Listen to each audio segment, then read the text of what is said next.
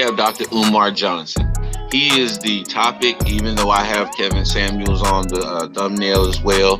But I mainly want to talk about Dr. Umar because Dr. Umar is out here again petitioning people for money and donations so that he can finish his school.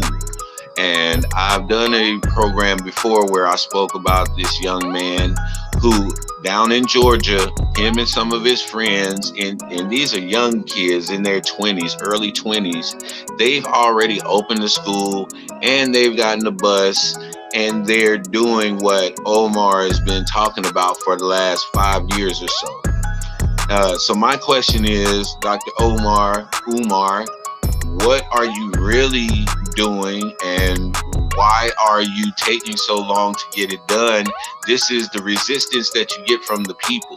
Nobody's going to donate when they're not seeing anything coming to fruition.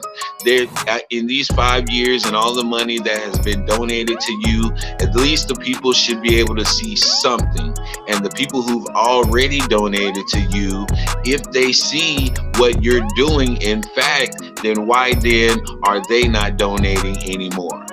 These are the questions that are coming about with Dr. Umar because the people are not seeing anything that he's saying. He makes some great points and he's very charismatic and he knows a lot of things, but when it comes down to action, Dr. Umar is coming up short. So now we have Kevin Samuels who comes on the scene, and instead of telling black women that they are the queens of the earth and they are the mothers of life and all of these things to flatter somebody, he's telling them the harsh reality of their mindset and how to get out of that mindset in order to get the type of man or woman that they want. Now, by him doing so, somehow this threatened Dr. Umar to where Dr. Umar felt like he had to come at Kevin Samuels, and he says Kevin Samuels is berating and belittling black women. No, Kevin Samuels is having conversations with these women, and based on the information that they give him, he speaks it back to them and let them see how they sound.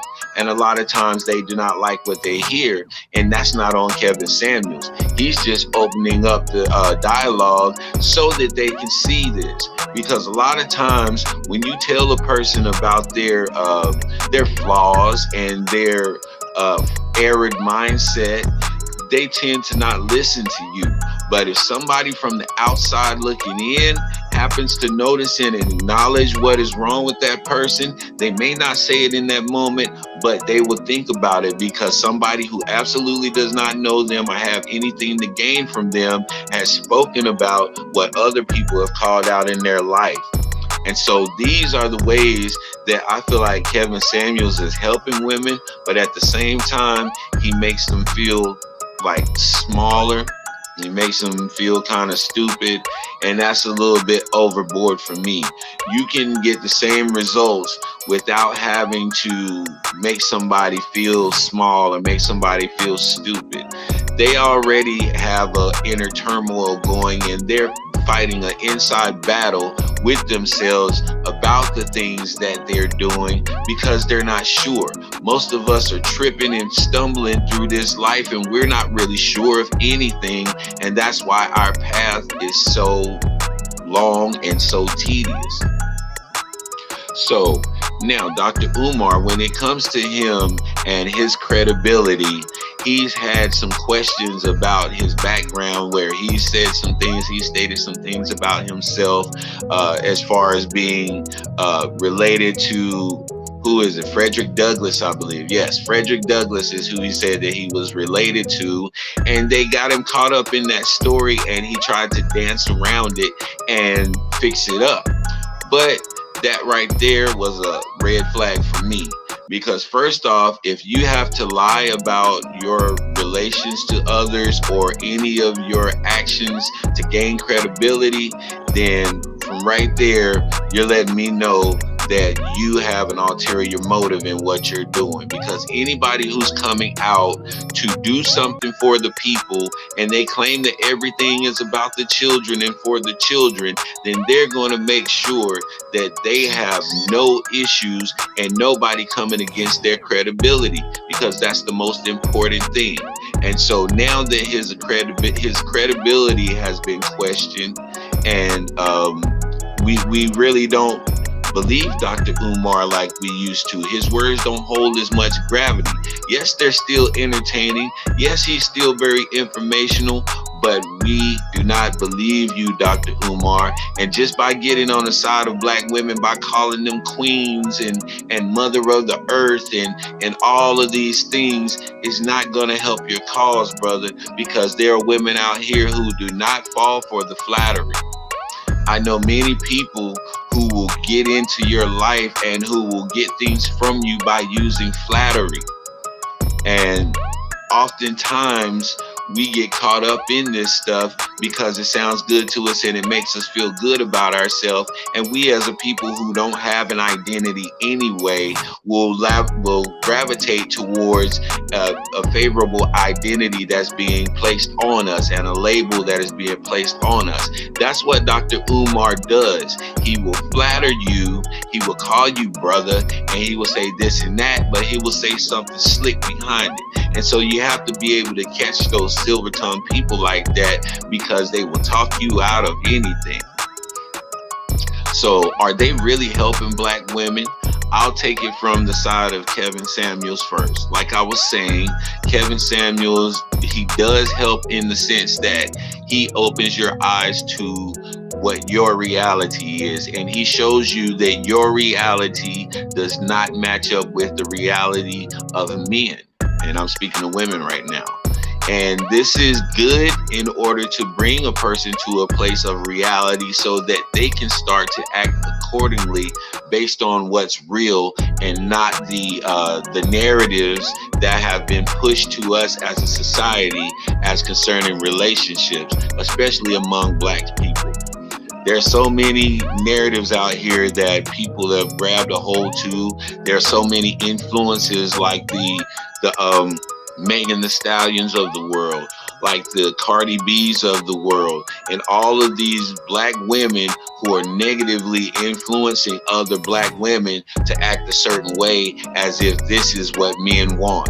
And men do not want that. If you look at Cardi B's life, she has a husband who she can't get to stay faithful for nothing in the world. With all the wop she got, she can't get her husband to stay faithful.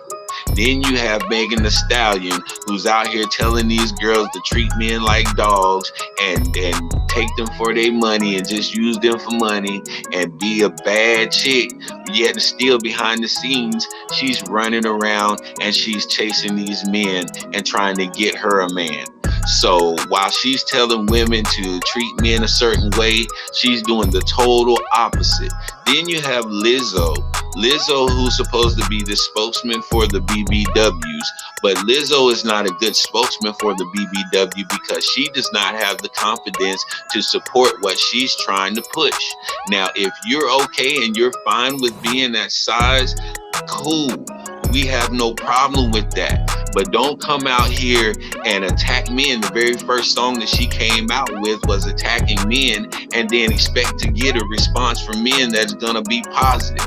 No, you came out the gate with a strike against you. And so now anytime you come on here with one of your sob stories and talking about how you're so sad and you're mad about being body shamed and stuff like that, you're the one who placed that target on your back, Lizzo. You're the one who are out here doing these things to gain attention, claiming that you love being big and beautiful, but your actions are not matching up with what you're saying. It's not at all. It's either one way or the other. Either you're confident and you're proud of who you are and you love being the big beautiful woman that you are, or you're ashamed and you're tired of being that size and you don't like being unhealthy, and so you're going to do something about it. It's either the one or two. But quit trying to straddle the fence and make it seem like it's okay for people to be unhealthy. All right. So this is what Kevin Samuels does. He brings the harsh reality to people, sometimes a little too harsh in my opinion, but I guess it's necessary for some people to understand. He's been well received by a lot of women, just as many as women who have ridiculed and criticized him and tried to attack him and his character and things like that. twice as many have received what he said, they've applied it to their life, and they're seeing some changes. So I can safely say that Kevin Samuels is helping women. Dr. Umar, on his side, what is Dr. Umar really doing for women other than complimenting? He's, like he said, he's doing everything he's doing is for the children. Well, that will get a woman's heart, because mothers everywhere want their children to have a good education. Mothers everywhere want their children to have an opportunity to make something out of themselves. And so this is the avenue that he takes to cater to women and to get women to support him. We all know that women are the greatest support system in the world. If you can get the women behind you, then you can go as far as you want to. And Dr. Umar knows this. He's been doing this for a long time. He's been in psychology, and so he plays on the psyche of people. Yes, absolutely 100% plays on the psyche of people.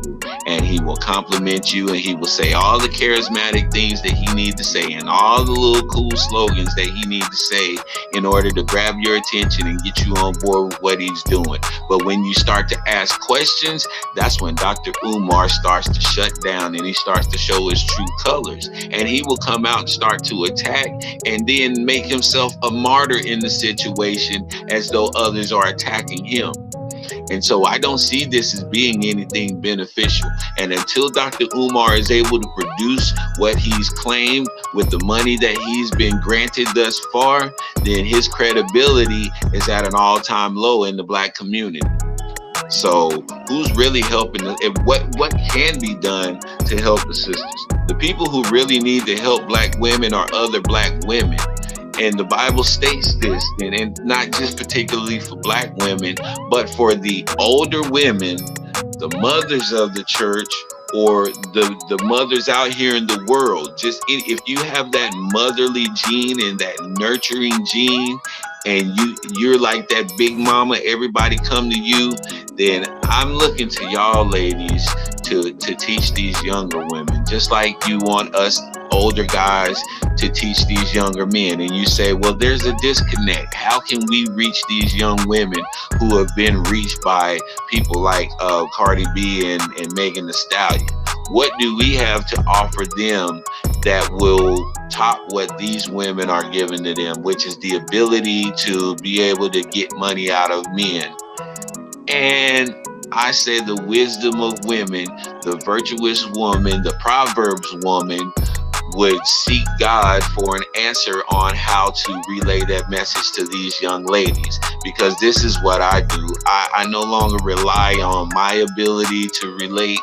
I go to God and I ask the Holy Spirit for guidance on what to say to these young dudes and what's going to stick. I don't really care about how you feel about me. All I really care about is planting a seed that is going to be watered by another, and God gives the increase in that life. And so anytime I do that and I'm able to do that, then my mission is complete. And I let it go from there, and I don't worry about it anymore, because God is in control of all of it. So sisters, I petition y'all to, sit down and talk to these young sisters, really talk to these young sisters and get their mind out of this place of WAP. Because I'm going to tell you, just from a man's standpoint, that's not going to keep us. You having a saturated vagina is not going to hold a man's interest but for so long. And after he's finished hitting it for a while, he's going to be distracted by something else. You look at, I'll say it like this: you show me a beautiful woman and I'll show you a man who doesn't think highly of her.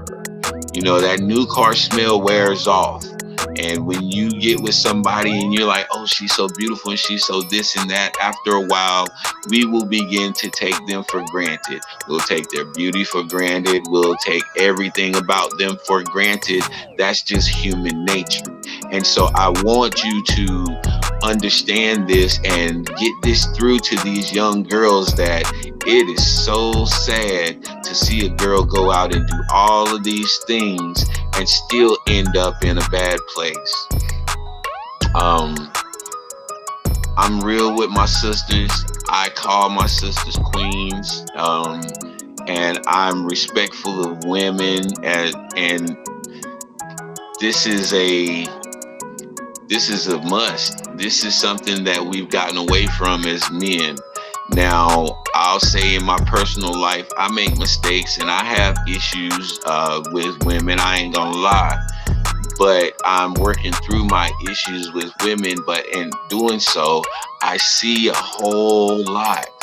I'm seeing a whole lot. Like I said before in a previous video, I was a womanizer for a long time, and I never saw the value in women other than sex. But now that I'm starting to open my eyes and really see past the surface level things and really looking into the heart of the women, you know, I see some things that are really tearing me apart, because I've been a part in the breakdown of that. I've been one of those guys who have caused women to have jaded views on men because of the way that I've treated them. And this is something that I'm still working on. So I'm not here speaking like I'm a great guy who has it all together and I just love women. I'm not going to do that. I'm always going to be as transparent as possible. I'm not going to tell you everything, but I'm definitely going to be as transparent as more people would like to be. So with these things being said, I'm going to go ahead and get out of here. But sisters, a man who is willing to tell you the truth about yourself is a man who really cares about you. And you can't get angry whenever a man tells you the truth. And vice versa, brothers. We can't get angry when a sister tells us the truth about ourselves. Because if we really want to change, the greatest apology is change. And so that's what you'll do. If you really want to let somebody know that you apologize for something, then you will change.